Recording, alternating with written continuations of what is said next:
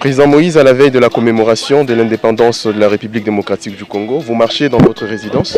Oui, j'étais en train de voir mes arbres, j'étais en train de réfléchir que les arbres ont droit à la vie et notre peuple n'a plus le droit à la vie dans notre pays. Il n'y a rien qui marche, c'est la souffrance totale. Qu'est-ce que nous devons faire pour changer tout ça? Le Congolais est devenu mendiant dans son propre pays. Le Congolais n'a plus de route, n'a plus d'électricité, de l'eau potable. J'étais en train de voir les oiseaux en train de grignoter. Mes frères et sœurs dorment dehors. Mes frères et sœurs sont en train d'être tués tous les jours à l'est du pays. Et j'étais en train de réfléchir. J'ai dit, trop de promesses, trop de discours inutiles, mais on oublie son peuple. Et nous devons tout faire. Comme le pape Jean-Paul II l'avait dit, n'ayez pas peur.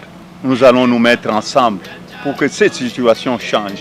Nous sommes un pays riche, mais la population est très pauvre. Si je pense à la joie de nos pères d'indépendance, quand on a eu l'indépendance en 1960, c'était des hommes valeureux.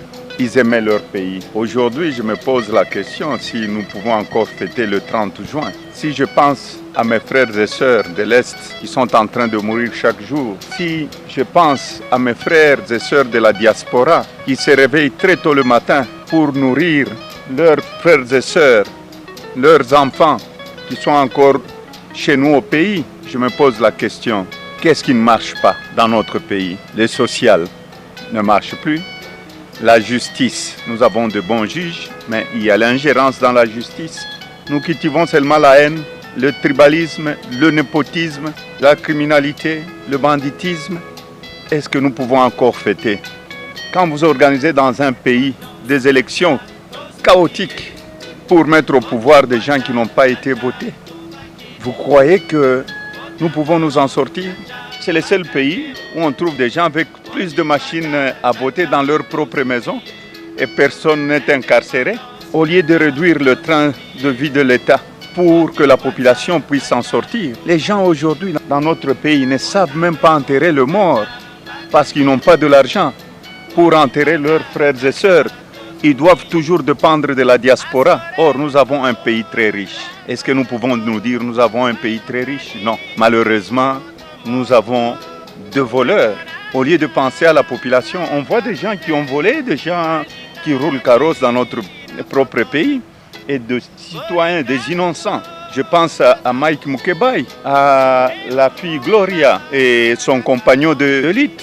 Donc, des gens qui sont incarcérés parce qu'ils ont voulu marcher contre la faim. Et c'est ça un pays que nous cherchons. Jean-Marc Kaboun, tout ce monde-là, moi je crois, il est temps pour le peuple congolais de nous mettre ensemble et de dire non à cette dictature, non au tribalisme, non à ce qui se passe dans notre pays, où le voleur marche librement, où les gens qui luttent pour le social de leurs frères contre la faim, contre la guerre à l'Est, sont incarcérés injustement. Donc, pour moi, je ne veux pas fêter. Pour moi, nous devons réfléchir. Pourquoi ça ne marche pas? Mes chers amis, soyons quand même sérieux. Je crois que le pays appartient à tout le peuple congolais. Alors, Président Moïse, vous êtes mieux informé. Il y a un vent politique qui secoue et qui se veut changer la Constitution. Quel serait votre avis par rapport à ça?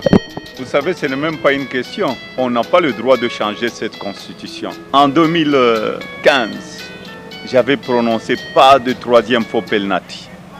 Et nous nous sommes battus pour ça. Et nous nous battrons pour ça. Le vrai changement de la Constitution, c'est le social de la population congolaise. Les infrastructures au pays, les routes, la santé, les écoles, les gens qui pensent à changer la Constitution. Je crois qu'il faut être malade. Il faut être malade. Il n'y a rien qui marche au pays. La souffrance est totale.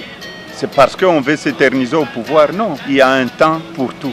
Donc nous devons savoir que nous sommes tous passagers sur cette terre. Président Moïse, pour les pouvoirs en place, c'est la Constitution qui bloque les développements du pays. Vous êtes d'avis?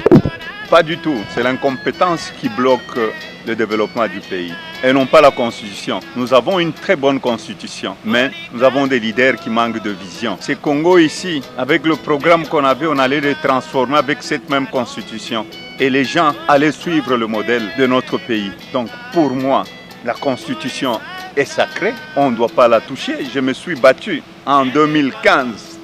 Si j'ai démissionné, c'était pour qu'on ne touche pas la constitution. Dans la politique, il faut savoir, il y a le temps où on est au pouvoir et il faut savoir aussi plier ses bagages quand le mandat est terminé et non pas s'éterniser au pouvoir.